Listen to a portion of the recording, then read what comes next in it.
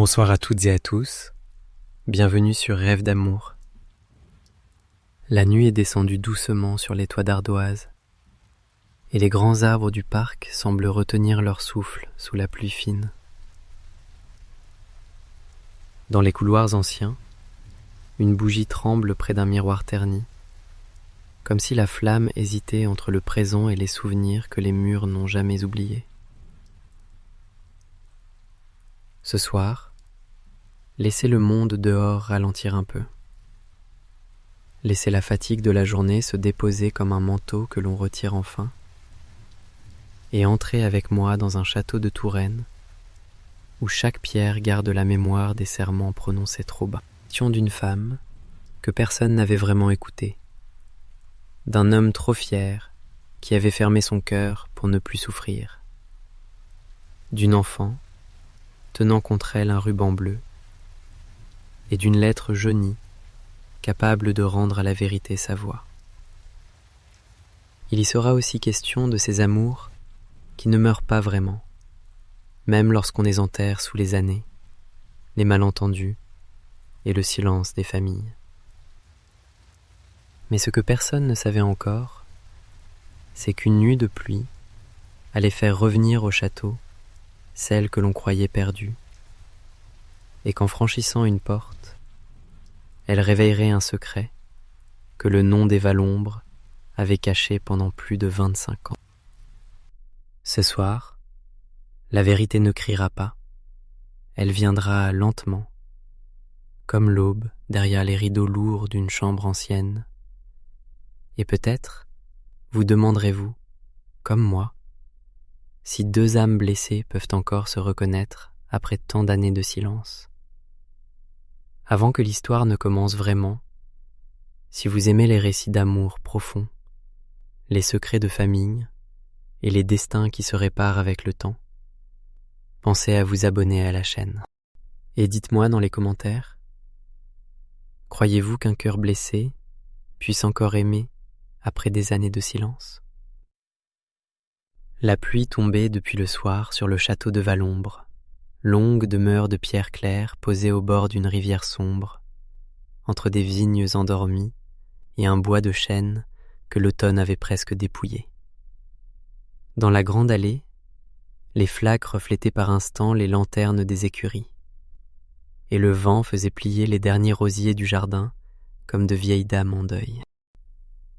À l'intérieur, tout semblait immobile, trop immobile, depuis la mort de la baronne Éléonore, dont le portrait dominait encore le grand salon avec un regard sévère que les domestiques évitaient sans se l'avouer.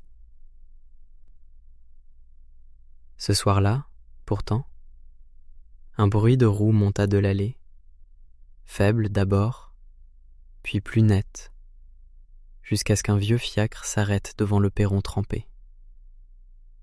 La porte s'ouvrit lentement, et une femme descendit, enveloppée d'un manteau sombre, son chapeau incliné pour se protéger de la pluie, une petite fille serrée contre elle, comme un oiseau inquiet.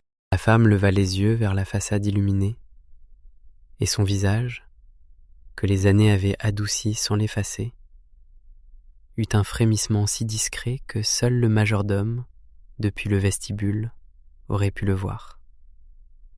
Elle s'appelait Élise Morvan, et 26 ans plus tôt, elle avait quitté ce même château par une porte de service, sans se retourner, parce qu'on ne lui avait laissé ni le droit de se défendre, ni celui de pleurer.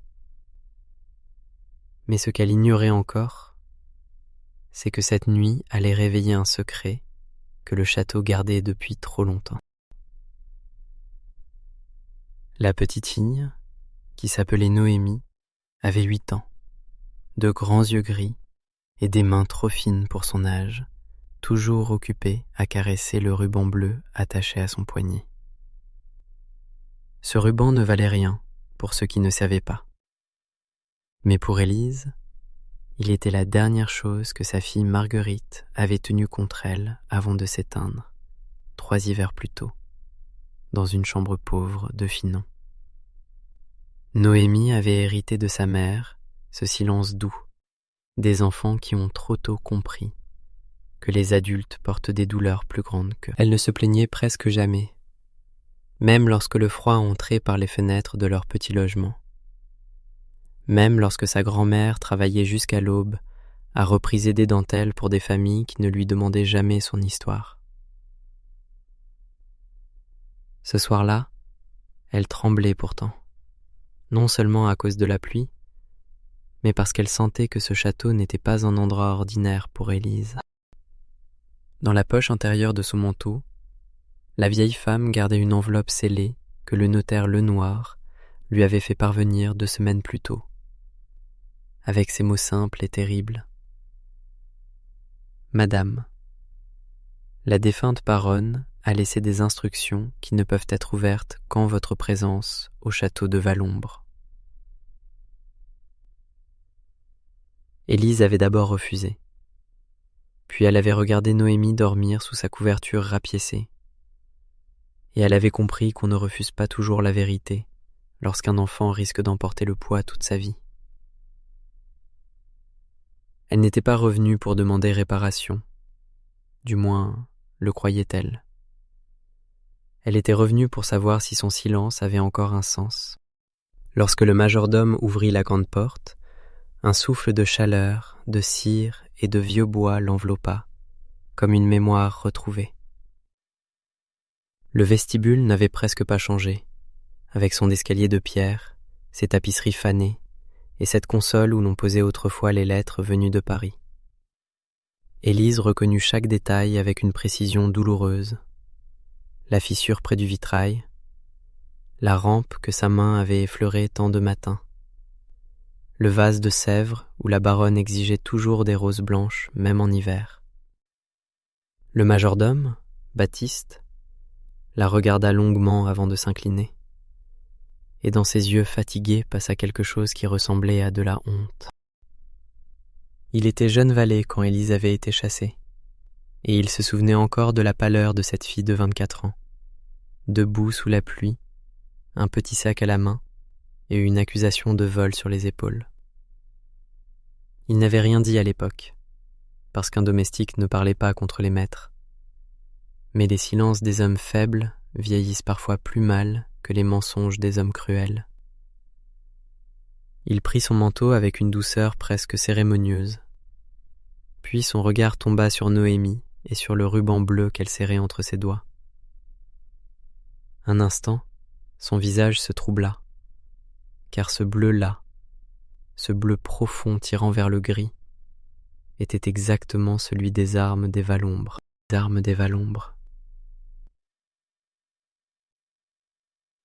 Le baron Henri de Valombre attendait dans le grand salon, debout près de la cheminée, une main posée sur le manteau de marbre. À 58 ans, il portait encore la stature droite des hommes que l'on a élevés pour commander. Mais son visage avait pris cette dureté particulière que donnent les regrets lorsqu'on refuse de les nommer. Ses cheveux, autrefois noirs, étaient devenus argentés aux tempes, et ses yeux gris, si semblables à ceux de Noémie, semblaient ne jamais s'attarder sur rien de peur de révéler ce qu'ils contenaient. Il avait vécu seul depuis la mort de son épouse, une femme respectable mais jamais aimée, choisie par sa mère pour sauver des terres et des alliances, comme on choisissait alors un mur solide pour soutenir une maison qui se fissure. On disait de lui qu'il était juste avec ses fermiers, généreux envers la paroisse, mais froid jusqu'à l'absence dans sa propre demeure. Les domestiques connaissaient ses habitudes. Le café noir à 7 heures, les contes à 9, la promenade solitaire après le déjeuner, la bibliothèque le soir. Mais personne ne connaissait la pièce de son cœur, où un prénom restait enfermé depuis plus de 20 ans. Quand Élise entra, il ne fit pas un pas. Son regard tomba sur elle, et quelque chose passa dans la pièce, non pas un éclat, non pas une scène, mais cette secousse silencieuse que l'âme reconnaît avant que l'orgueil ne l'interdise. Élise s'inclina avec une dignité calme, sans baisser les yeux comme elle l'aurait fait autrefois. Elle n'était plus la jeune demoiselle de compagnie à qui l'on pouvait ordonner de quitter une pièce d'un geste de la main. Les années lui avaient pris la fraîcheur de la jeunesse, mais elles lui avaient donné une présence plus profonde, une lumière intérieure faite de renoncement, de travail et de bonté obstinée. Henri la contempla comme on regarde une lettre que l'on croyait brûlée et que l'on retrouve intacte au fond d'un tiroir. Il voulut parler, mais sa voix resta un instant retenue, prisonnière de tout ce qu'il s'était interdit de ressentir. Ce fut Élise qui rompit le silence, d'une voix basse mais ferme, en disant qu'elle venait à la demande de Maître Lenoir, et qu'elle repartirait dès que les volontés de la défunte baronne seraient entendues. À ces mots, la bouche d'Henri se crispa légèrement, car le nom de sa mère avait encore sur lui l'autorité d'une main invisible. Pourtant, le détail le plus important n'était pas dans ce qu'Élise venait de dire, mais dans ce qu'elle refusait encore de montrer. Noémie, intimidée par les hautes boiseries et les portraits, se tenait derrière sa grand-mère avec cette politesse un peu triste des enfants pauvres que l'on a trop souvent prié de ne pas déranger. Henri finit par la remarquer, et son regard, d'abord distrait, se fixa sur elle avec une attention plus aiguë. Il vit la forme de son visage, la ligne de ses sourcils, la nuance de ses yeux, puis le ruban bleu noué à son poignet. L'enfant, sentant ce regard, recula d'un demi-pas et serra plus fort la jupe d'Élise. Cette simple peur fit naître en lui une gêne inattendue, presque une douleur, car il comprit qu'il regardait cet enfant comme un juge, alors qu'elle n'avait rien fait pour mériter le poids de son passé. Il demanda son prénom, et Noémie répondit si doucement que le feu sembla crépiter plus fort pour couvrir sa timidité. Lorsqu'elle dit qu'elle s'appelait Noémie Marguerite Morvan, Henri détourna les yeux, non pas à cause de Noémie, mais à cause du second prénom. Marguerite était le prénom qu'Élise avait toujours voulu donner à une fille, autrefois, lorsqu'il rêvait encore, sans savoir que les rêves peuvent être confisqués par ceux qui prétendent protéger l'honneur d'une famille. Maître Lenoir arriva peu après, secouant son parapluie dans le vestibule, avec l'air grave de ceux qui apportent moins un document qu'une dette. C'était un homme maigre, soigneusement vêtu, dont les mains tremblaient légèrement lorsqu'il posa sa serviette de cuir sur la table du salon.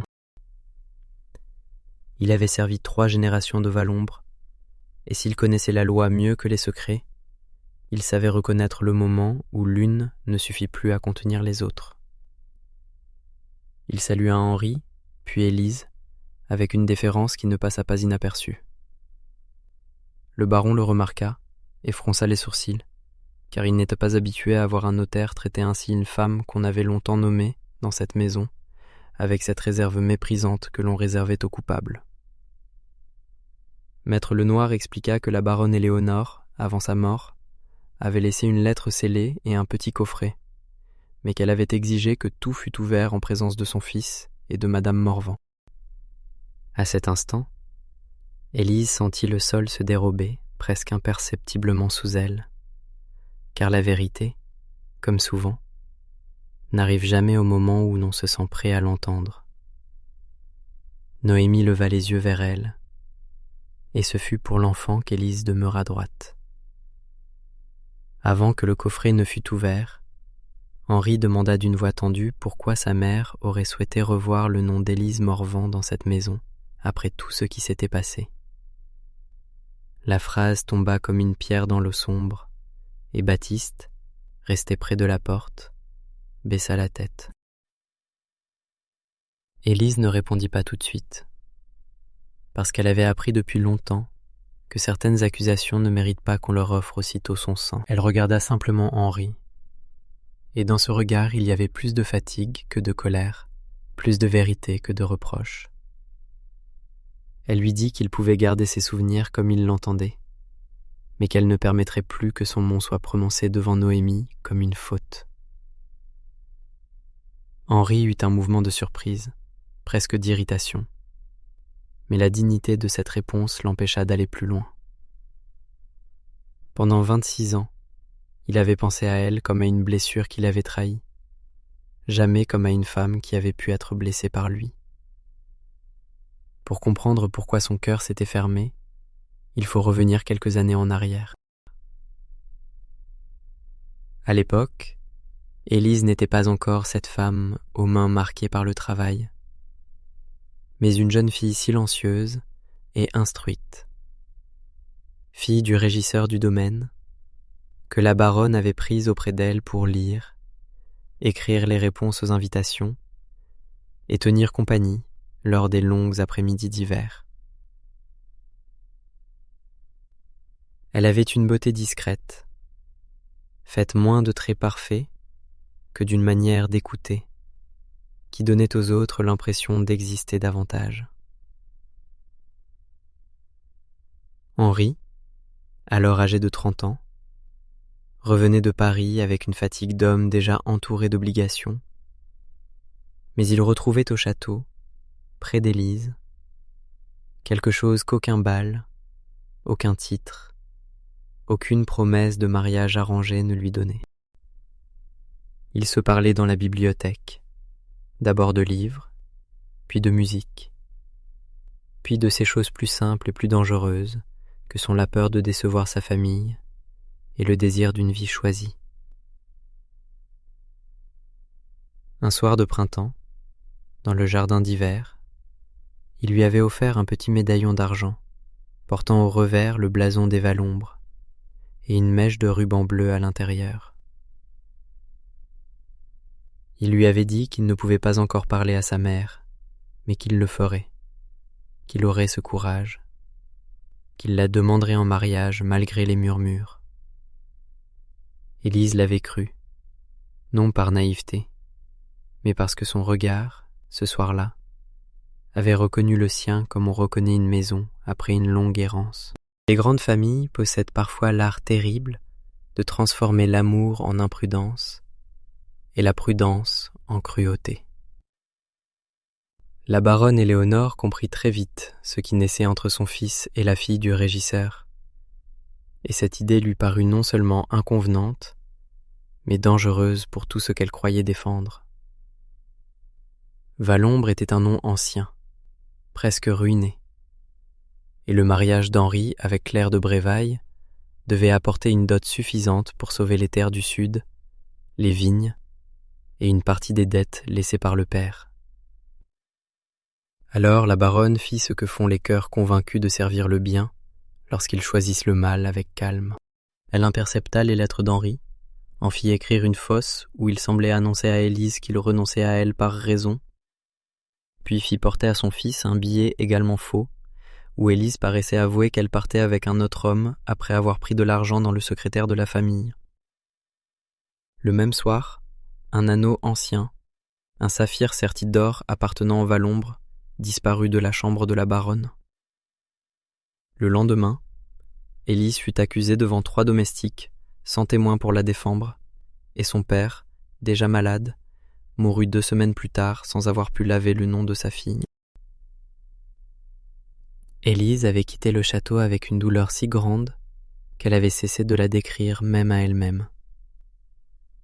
Elle avait porté sous son manteau non seulement l'humiliation, mais aussi un secret plus fragile encore, car elle savait déjà qu'elle attendait un enfant. Elle avait écrit à Henri, 1 fois, puis 2, sans jamais recevoir de réponse, ignorant que ces lettres finissaient dans le tiroir fermé de la baronne.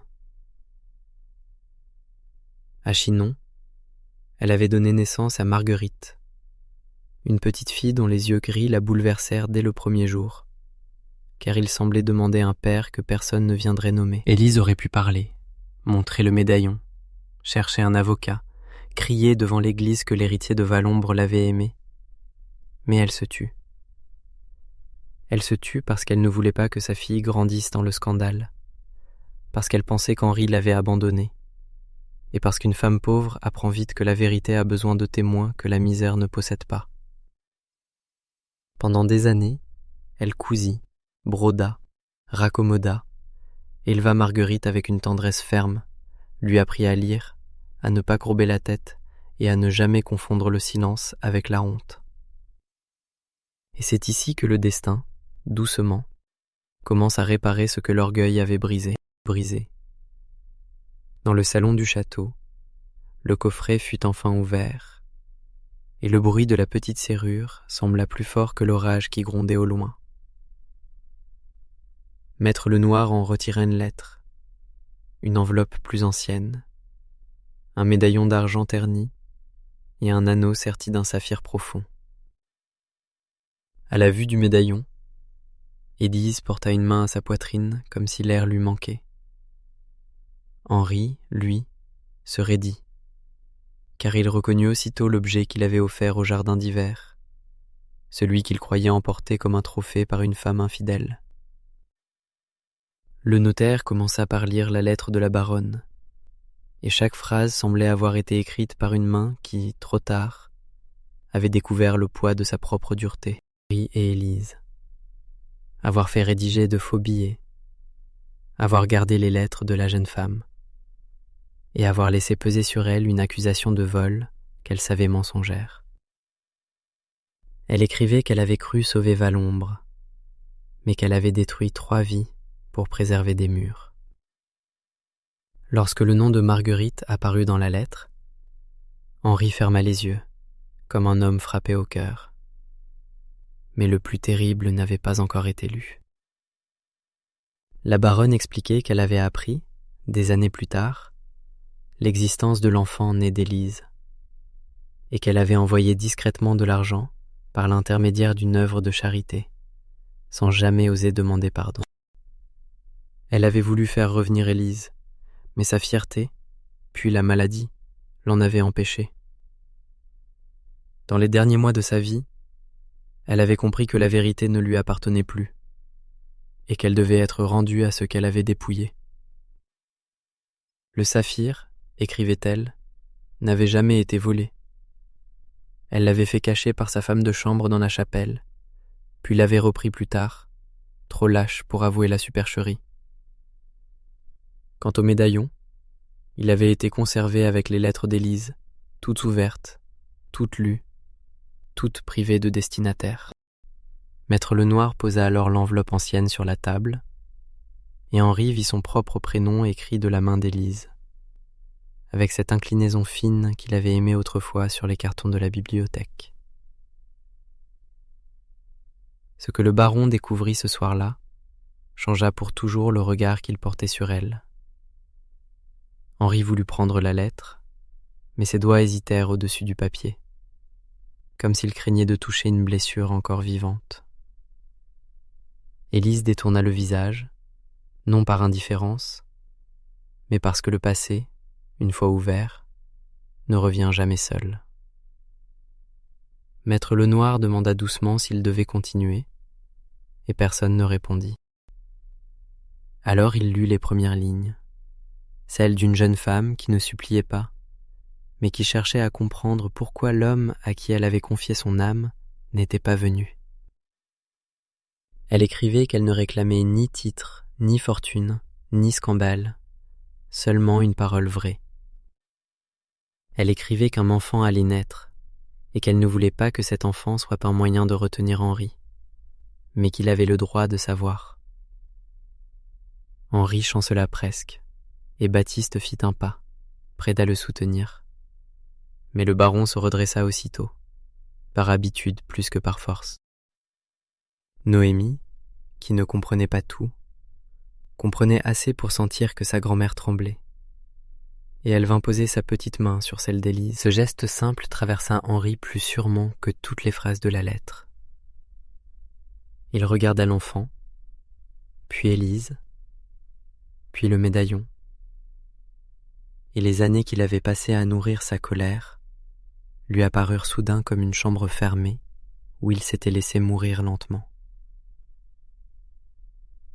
Il se revit jeune, orgueilleux, blessé dans son amour-propre, acceptant trop vite la version qui lui permettait de haïr au lieu de souffrir. Il se souvint de la lettre qu'on lui avait montrée, de sa signature mal imitée qu'il n'avait même pas examinée, du visage froid de sa mère, de sa propre lâcheté lorsqu'il avait choisi de ne pas chercher Élise. Il préférait croire qu'elle l'avait trahi, car cette croyance le protégeait d'une question plus douloureuse. Et si lui, Henri, n'avait pas été assez courageux pour aimer contre le monde? Il fit un pas vers Élise, mais elle recula légèrement, non par peur, par limite. Dans ce recul, il comprit que le pardon n'était pas une porte que l'on force avec du remords. Il fallait frapper, attendre, et accepter qu'elle ne s'ouvre peut-être jamais. Il murmura son prénom, un seul mot, Élise. Mais ce prénom avait vieilli dans sa bouche, comme un vin oublié qui brûle au lieu de réchauffer. Elle leva les yeux vers lui et répondit avec une douceur ferme qu'il ne lui connaissait pas autrefois. Elle lui dit qu'il ne devait pas pleurer seulement sur ce qu'on lui avait caché, mais aussi sur ce qu'il n'avait pas cherché.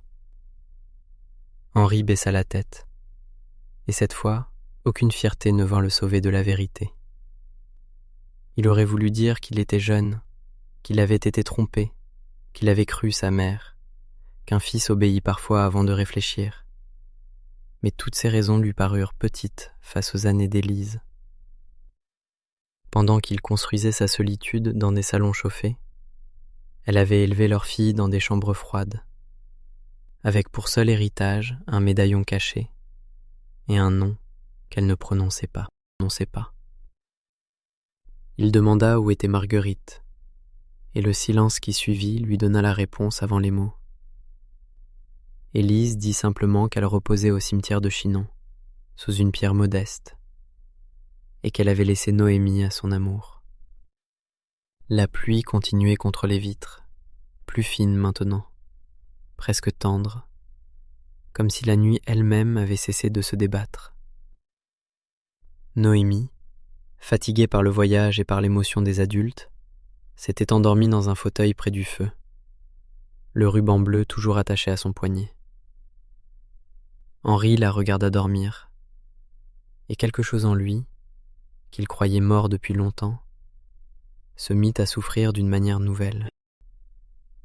Ce n'était plus la souffrance orgueilleuse de l'homme trahi, mais celle, plus humble, de l'homme qui découvre qu'il a manqué un berceau, une enfance, une voix l'appelant peut-être un jour grand-père, sans savoir pourquoi. Il demanda à Élise la permission de voir le médaillon de plus près. Elle hésita, puis le lui tendit, non comme on rend un souvenir, mais comme on dépose une preuve entre deux consciences. À l'intérieur, la mèche de ruban bleu avait pâli, et derrière le verre minuscule se trouvait un dessin à l'encre. 2 initiales entrelacées que Henri avait tracées de sa main. H et E. Un soir où l'avenir leur semblait encore possible. Il porta l'objet à ses lèvres, puis le posa sur la table, incapable de le garder, comme si le passé lui appartenait encore. Le lendemain, à l'aube, Henri fit préparer une voiture pour Chinon, mais il ne demanda pas à Élise de l'accompagner. Il avait compris que certaines démarches devaient être faites sans témoin, non pour être admiré, mais pour commencer à réparer. Il partit avec Baptiste, maître Lenoir, et un bouquet de roses blanches cueillies dans la serre, celle-là même que sa mère exigeait autrefois pour orner le salon.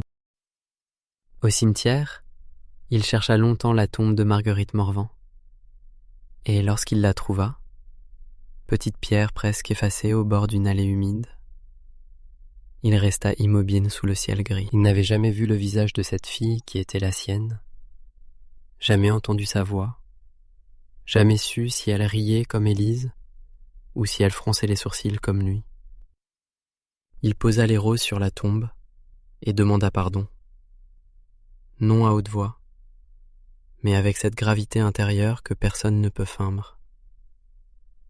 Puis il ordonna que la pierre soit remplacée par une stèle digne, sans titre mensonger, sans éclat inutile, seulement avec le nom complet de Marguerite Élise de Valombre-Morvan, et ces mots: aimé trop tard, reconnu enfin. Restez avec moi, car c'est dans la prochaine scène que le passé commence enfin à parler non plus par les morts, mais par ceux qui ont le courage de changer. À son retour, Henri trouva Élise dans le jardin d'hiver, la même où il lui avait remis le médaillon 26 ans plus tôt. Les vitres étaient couvertes de buée, les plantes rares avaient vieilli, et le banc de fer près de l'oranger semblait plus petit que dans leurs souvenirs. Élise se tenait debout devant une fougère, les mains croisées devant elle, portant une robe simple de laine sombre, dont la coupe révélait une élégance que la pauvreté n'avait jamais vaincue. Elle ne lui demanda pas où il était allé, parce qu'elle le savait déjà. Peut-être à la poussière sur ses bottes, peut-être à la manière dont il tenait son chapeau contre lui.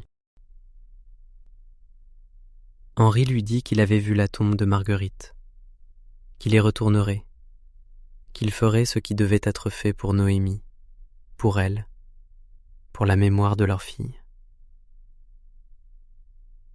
Élise ferma les yeux un instant, et une larme glissa, seule, sans bruit, sur sa joue. Il fit un mouvement pour l'essuyer, puis s'arrêta avant de la toucher, respectant enfin une frontière qu'il avait autrefois ignorée par absence. Alors elle lui dit d'une voix basse qu'il était trop tard pour être père, mais peut-être pas trop tard pour être juste. Ces mots devinrent pour Henri une règle plus exigeante qu'un sermon. Le jour même, il convoqua les domestiques, le régisseur, le curé et les principaux fermiers du domaine dans la grande salle. Élise refusa d'abord d'y assister, car elle ne voulait pas se donner en spectacle devant ceux qui avaient chuchoté son nom pendant des années. Henri ne la força pas. Il lui dit seulement que son honneur avait été sali publiquement et qu'il ne permettrait pas que la réparation se fasse en secret, comme une honte de plus. Elle finit par venir, tenant Noémie par la main, mais elle resta près de la porte, droite et silencieuse. Devant tous, Henri lut l'aveu de la baronne, reconnut la fausseté de l'accusation portée contre Élise, déclara que le saphir n'avait jamais été volé et demanda que plus jamais son nom ne soit associé à une faute qu'elle n'avait pas commise. Sa voix trembla une seule fois, lorsqu'il nomma Marguerite comme sa fille. Personne n'applaudit, car il ne s'agissait pas d'une victoire. Mais plusieurs têtes se baissèrent, et dans ce mouvement collectif, Élise sentit pour la première fois que le poids qu'elle portait depuis 26 ans se déplaçait légèrement de ses épaules. Après cette déclaration, Henri ne se précipita pas vers elle pour recevoir une récompense. Il demeura à distance, comme un homme qui comprend que la réparation n'est pas un théâtre, mais une longue marche.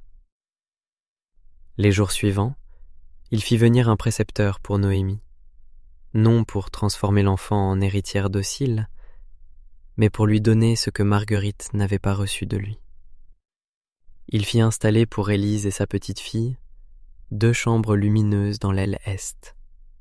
Mais lorsqu'Élise préféra rester dans l'ancienne maison du régisseur, près du verger, il accepta sans discuter. Chaque matin, il envoyait du bois sec, des livres pour Noémie, parfois des fleurs simples, jamais de bijoux. Il venait en personne demander si l'enfant avait besoin de quelque chose, puis repartait avant que sa présence ne devienne une pression. Noémie dormit enfin paisiblement, ses cheveux épars sur l'oreiller, son ruban bleu posé près du verre d'eau. Élise sortit dans le couloir pour respirer, et Henri la suivit jusqu'à la fenêtre donnant sur la cour blanche. Dehors, les arbres étaient couverts de neige, et le monde semblait lavé sans être oublié.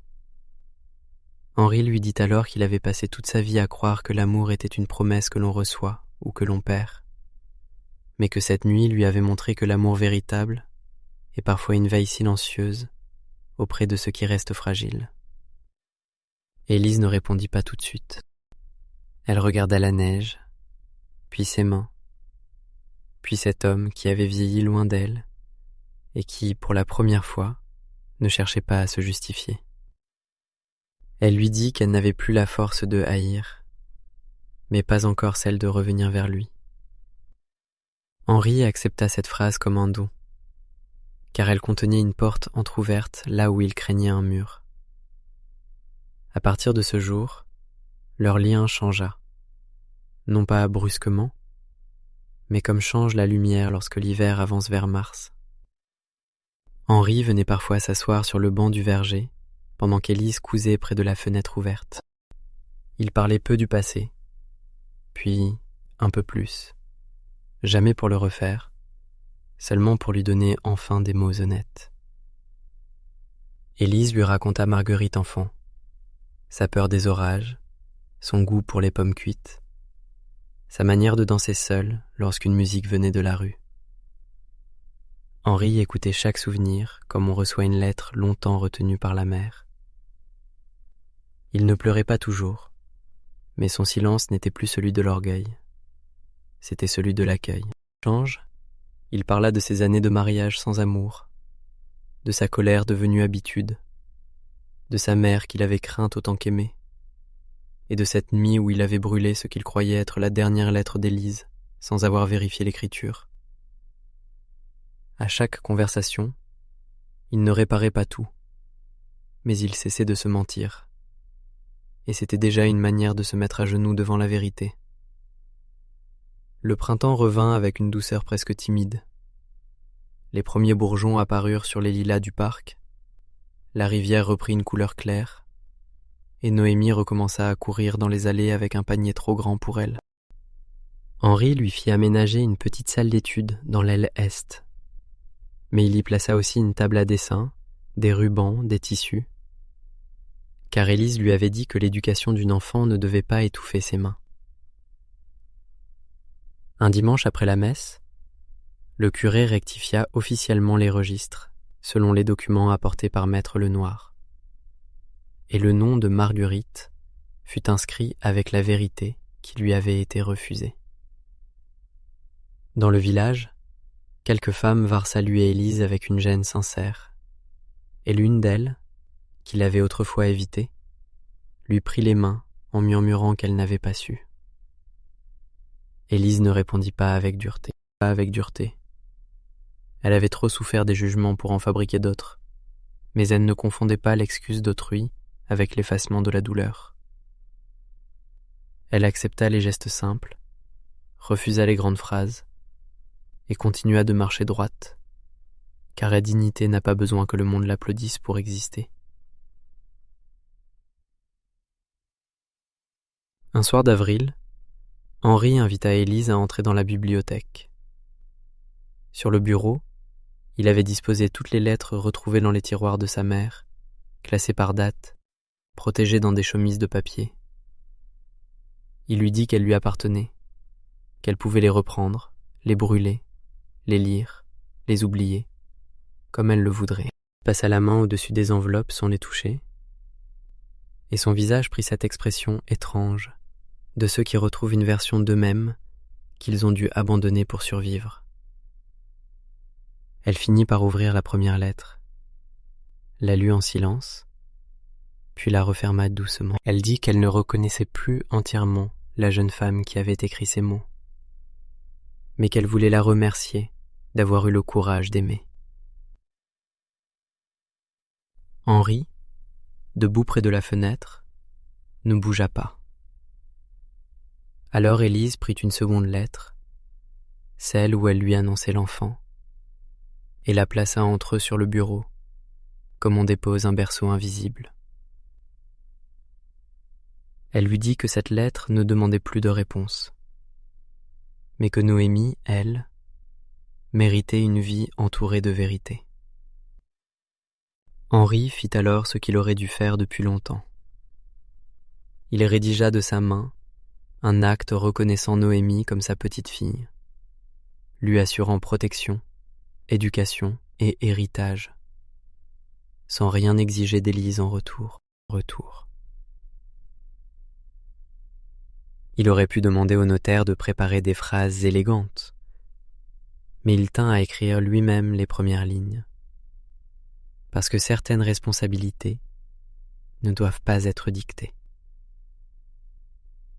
Lorsque Maître Lenoir lut le document, il hocha simplement la tête, et Baptiste, qui se tenait derrière lui, essuya discrètement ses yeux. Noémie ne comprit pas tout à l'aspect légal, mais elle comprit que son nom n'était plus une chose fragile que l'on cachait. Le soir même, elle demanda à Henri si elle pouvait l'appeler grand-père seulement quand elle serait prête. Il sourit. Et ce sourire, qu'Élise n'avait pas vu depuis leur jeunesse, passa sur son visage comme un rayon sur une pièce longtemps fermée. Il répondit qu'elle pouvait l'appeler comme elle le voudrait, et même ne pas l'appeler du tout certains jours, si son cœur avait besoin de temps. Noémie réfléchit, puis posa sa main dans la sienne, et ce fut assez. La question d'Élise et d'Henri demeurait plus délicate, plus profonde, car l'amour des enfants ouvre parfois des chemins que les adultes n'osent pas encore emprunter. Les domestiques les voyaient parler dans le jardin, marcher à distance raisonnable près de la rivière, échanger des regards que ni l'âge ni la souffrance n'avaient rendus indifférents. Mais Élise ne voulait pas devenir le chapitre attendrissant d'une histoire écrite par la faute d'un homme. Elle voulait choisir, pleinement, sans pression, sans dette, sans que la reconnaissance de Noémie serve de chaîne dorée. Un après-midi, elle le lui dit, avec cette clarté qui avait remplacé en elle la timidité d'autrefois. Elle lui dit qu'elle n'était pas revenue pour redevenir la jeune fille du jardin d'hiver, ni pour réparer sa solitude à lui. Henri l'écouta jusqu'au bout, puis répondit qu'il ne lui demandait pas de revenir en arrière, car il n'y avait plus rien là-bas que des ombres. Il lui demandait seulement la permission de marcher à côté d'elle, dans ce qu'il restait de lumière. Cette phrase ne la fit pas céder, mais elle resta en elle. Pendant plusieurs jours, Élise la retrouva à des moments inattendus, en pliant du linge, en regardant Noémie dormir, en entendant Henri rire doucement dans le parc parce que l'enfant avait renversé son panier de pommes. Elle comprit alors que le pardon n'est pas toujours un grand geste, ni une déclaration, ni une porte qui s'ouvre d'un seul coup. Parfois, le pardon est une tasse posée près d'une main fatiguée, une absence de peur lorsqu'un pas approche, un souvenir que l'on peut prononcer sans que la gorge se ferme. Elle ne savait pas encore si elle aimait Henri comme autrefois, ou si elle aimait en lui l'homme qu'il essayait enfin de devenir. Mais elle savait que son cœur, qu'elle croyait condamné au seul devoir, retrouvait par instants une douceur qu'elle n'avait pas cherchée. Et la vérité, après avoir déchiré les voiles du passé, commençait à laisser entrer autre chose que la douleur. Au début de l'été, Henri demanda à Élise de l'accompagner jusqu'à la chapelle du domaine. C'était un petit édifice de pierre blonde, couvert de lierre, où la famille Valombre avait prié, baptisé, marié et enterré les siens depuis des générations. Élise hésita, car c'était là que, 26 ans plus tôt, elle avait pleuré seule après avoir été accusée, avant de quitter la propriété. Henri le savait. Il ne lui prit pas le bras, ne lui offrit pas de phrases rassurantes, il marcha simplement un peu devant, puis ralentit pour qu'elle puisse choisir son rythme. À l'intérieur, la lumière entrait par un vitrail bleu et or, dessinant sur les dalles des taches mouvantes qui semblaient flotter sous leurs pas. Sur l'autel, il avait placé non pas des fleurs coûteuses, mais 3 objets. Le médaillon, le saphir et le ruban bleu de Noémie, que l'enfant avait accepté de prêter pour cette heure. Il ne voulait plus que ces objets soient des preuves de souffrance, mais des témoins de vérité, et qu'il souhaitait les faire bénir non pour effacer le passé, mais pour empêcher le mensonge de régner encore. Élise resta longtemps silencieuse devant l'autel.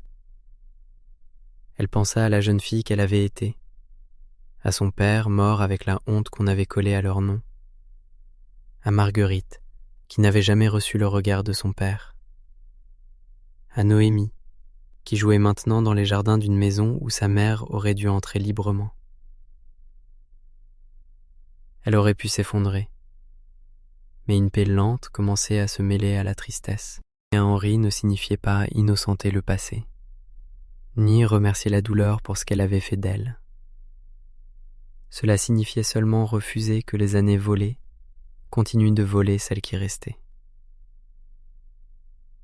Alors, pour la première fois depuis son retour, elle posa sa main sur celle d'Henri. Ce geste était léger, presque fragile, mais il traversa l'homme comme une bénédiction. Il ne referma pas aussitôt ses doigts sur les siens. Il attendit qu'elle le fasse. Et lorsqu'elle le fit, ils restèrent là sans parler.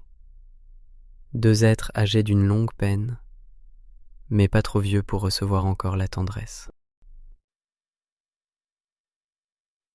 Quelques jours plus tard, Élise accepta de dîner au château, non comme invitée tolérée, mais comme femme honorée. La table fut dressée dans le petit salon plutôt que dans la grande salle, parce qu'elle préférait les lieux où l'on entend respirer les autres. Noémie avait insisté pour placer elle-même les serviettes, et Baptiste avait fait apporter les chandeliers d'argent que l'on ne sortait autrefois que pour les familles titrées. Le repas fut simple, une soupe claire, du poisson de rivière, des fraises du jardin.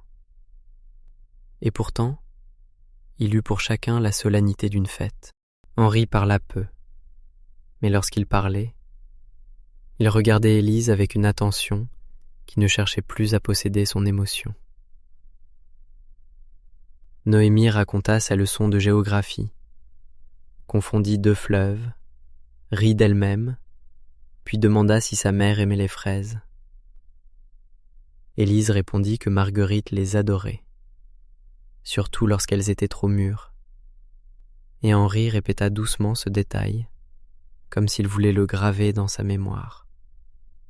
Ce soir-là, le passé ne disparut pas, mais il cessa d'être un couloir fermé. À la fin de l'été, le château de Valombre changea aux yeux du village. Les fermes vinrent apprendre à lire dans l'ancienne orangerie, car Élise avait demandé que l'on ouvre une petite école du dimanche pour ceux qui ne pouvaient pas payer un maître. Henri finança le projet sans y apposer son nom en grandes lettres, et Noémie aidait à distribuer les cahiers avec une importance attendrissante. Dans le parc, les rosiers furent replantés, non plus seulement en blanc, mais en couleurs douces, rose ancien, ivoire, mauve pâle, comme si la maison acceptait enfin que la beauté n'est pas une seule forme. Élise retrouva un atelier, dans une pièce donnant sur la lumière du matin, où elle enseignait à 2 jeunes filles du village l'art de la broderie fine. Henri venait parfois y déposer un livre, une fleur, une tasse de thé, puis repartait avant de déranger le travail. Leur amour ne ressemblait pas à celui des romans de jeunesse, plein de promesses pressées et de grands serments sous la lune. Il ressemblait plutôt à un jardin réparé après l'hiver, où chaque bourgeon compte parce qu'on a connu la branche nue. Un matin de septembre, Henri demanda officiellement à Élise si elle accepterait un jour de porter de nouveau son nom. Non pour corriger les registres, non pour satisfaire le village, mais parce qu'il l'aimait encore et qu'il désirait finir sa vie dans la vérité de cet amour. Il ne mit pas un genou à terre, car ni l'un ni l'autre n'était à l'âge des gestes appris dans les livres. Il resta debout devant elle, les mains ouvertes, vulnérable, prêt à entendre un refus sans se défendre. Élise le regarda longtemps. Elle vit l'homme qui l'avait blessée par son absence, l'homme qui avait cru trop vite au mensonge. Mais elle vit aussi celui qui avait reconnu publiquement sa faute, honoré leur fille, protégé Noémie et appris à attendre. Elle lui dit qu'elle ne pouvait pas lui rendre les années perdues, ni redevenir celle qu'il avait connue. Puis elle ajouta qu'elle pouvait, peut-être, lui offrir les années qui restaient, à condition qu'elles soient vécues sans ombre, sans orgueil et sans silence imposé. Henri baissa la tête, non pour cacher sa joie, mais pour recevoir cette réponse comme une grâce. Ils ne firent pas une grande cérémonie. Plus tard, dans la petite chapelle, devant Noémie, Baptiste, Maître Lenoir, le curé et quelques proches, Élise et Henri unirent leur vie avec une simplicité qui toucha plus profondément que n'importe quel faste. Élise portait une robe de soie grise qu'elle avait cousue elle-même, ornée au col d'un fil bleu presque invisible. Henri avait fixé à sa boutonnière une petite feuille de lierre du mur de la chapelle, parce qu'Élise lui avait dit un jour que le lierre sait s'accrocher sans étouffer lorsqu'on lui laisse de l'espace. Noémie tenait le médaillon ouvert dans ses mains, et lorsque le prêtre parla de fidélité, l'enfant regarda tour à tour sa grand-mère et celui qu'elle appelait désormais grand-père avec une fierté tranquille. Il n'y eut pas de triomphe, pas d'effacement magique, mais une paix profonde, plus belle parce qu'elle savait d'où elle venait. À la sortie, la pluie fine se mit à tomber, non comme une menace, mais comme une caresse sur les pierres. Élise leva le visage vers le ciel et sourit. Les années qui suivirent furent douces, non parce qu'elles furent sans chagrin, mais parce que les chagrins n'y furent plus portés seuls. Henri accompagna Noémie jusqu'à l'âge où elle quitta le château pour étudier à Tours, et chaque lettre qu'elle envoyait était lue à voix haute dans le petit salon, près de la fenêtre. Élise continua de coudre, d'enseigner, de marcher dans le parc avec Henri lorsque le soir descendait sur la rivière. Parfois, il parlait de Marguerite, et parfois il se taisait. Mais ce silence-là n'était plus une condamnation. Il était devenu un lieu partagé, où l'amour gardait une place pour ceux qui n'étaient plus là. Le médaillon resta dans la chapelle jusqu'au mariage de Noémie, bien des années plus tard. Et le saphir fut monté, non en bague, mais en pendentif, afin que personne ne puisse oublier qu'une pierre accusatrice était devenue un témoin de réconciliation. Au château de Valombre, on racontait encore l'histoire de la femme revenue sous la pluie, non comme un scandale ancien, mais comme la preuve qu'une vérité, même enterrée, finit par chercher la lumière. Et si l'on devait dire à quel moment leurs âmes se sont reconnues, peut-être ne faudrait-il pas choisir le premier regard de leur jeunesse, ni la lecture de la lettre, ni même le matin du pardon. Peut-être leurs âmes se sont-elles reconnues dans tous ces instants où l'un a accepté de ne plus fuir et où l'autre a accepté de ne plus se laisser définir par la douleur. Elles se sont reconnues dans la main d'un enfant, dans une tombe enfin nommée, dans un ruban bleu posé sur un autel, dans une tasse de thé déposée sans bruit près d'un ouvrage de couture. L'amour, lorsqu'il arrive tard, ne promet pas d'effacer la vie qui l'a précédé. Il promet seulement de tenir une lampe douce sur ce qui reste à vivre. Et parfois cette lampe suffit à rendre une maison habitable, un nom plus léger, un cœur moins seul.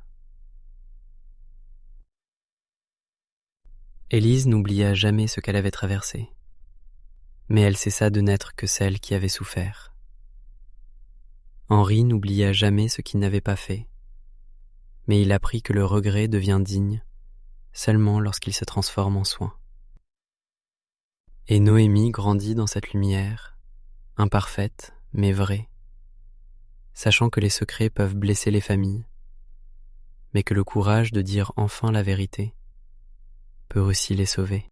Lorsque la pluie frappe doucement contre vos vitres et que le monde paraît trop lourd, souvenez-vous d'Élise, qui avait tout perdu sauf sa dignité. Souvenez-vous d'Henri, qui avait enfermé son cœur derrière la fierté, avant d'apprendre, tardivement, que demander pardon exige plus que des larmes. Souvenez-vous de Noémie, l'enfant innocente, qui portait sans le savoir le fil bleu reliant deux vies brisées. Certaines histoires ne finissent pas dans l'éclat d'un bal ou le bruit des applaudissements, mais dans la paix d'un jardin en matin, lorsqu'une femme marche sans honte, lorsqu'un homme tient sa promesse en silence, et lorsqu'un enfant rit, là où autrefois les adultes se taisaient. La vérité était revenue à Valombre, non pour punir, mais pour rendre à chacun sa juste place. Et l'amour, ce vieil amour que l'on croyait mort, n'était pas revenu comme une tempête, mais comme une lumière basse, patiente, capable de réchauffer les pierres les plus froides, ce que les âmes reconnaissent lorsqu'elles se retrouvent après tant d'années. Non pas la perfection, mais la possibilité de se déposer enfin dans un regard qui ne détourne plus les yeux. Si cette histoire vous a touché, dites-moi dans les commentaires quel moment vous a le plus ému. Et si vous aimez les récits d'amour profond, les secrets de famille et les fins qui réparent le cœur, abonnez-vous à Rêve d'amour pour ne pas manquer la prochaine histoire. Si cette histoire a touché votre cœur, dites-moi dans les commentaires quel moment vous a le plus ému. Et les récits d'amour profond, les secrets de famille et les fins qui réparent le cœur, abonnez-vous à Rêve d'amour pour ne pas manquer la prochaine histoire. Merci d'avoir écouté cette histoire sur Rêve d'amour. Prenez soin de votre cœur et à très bientôt.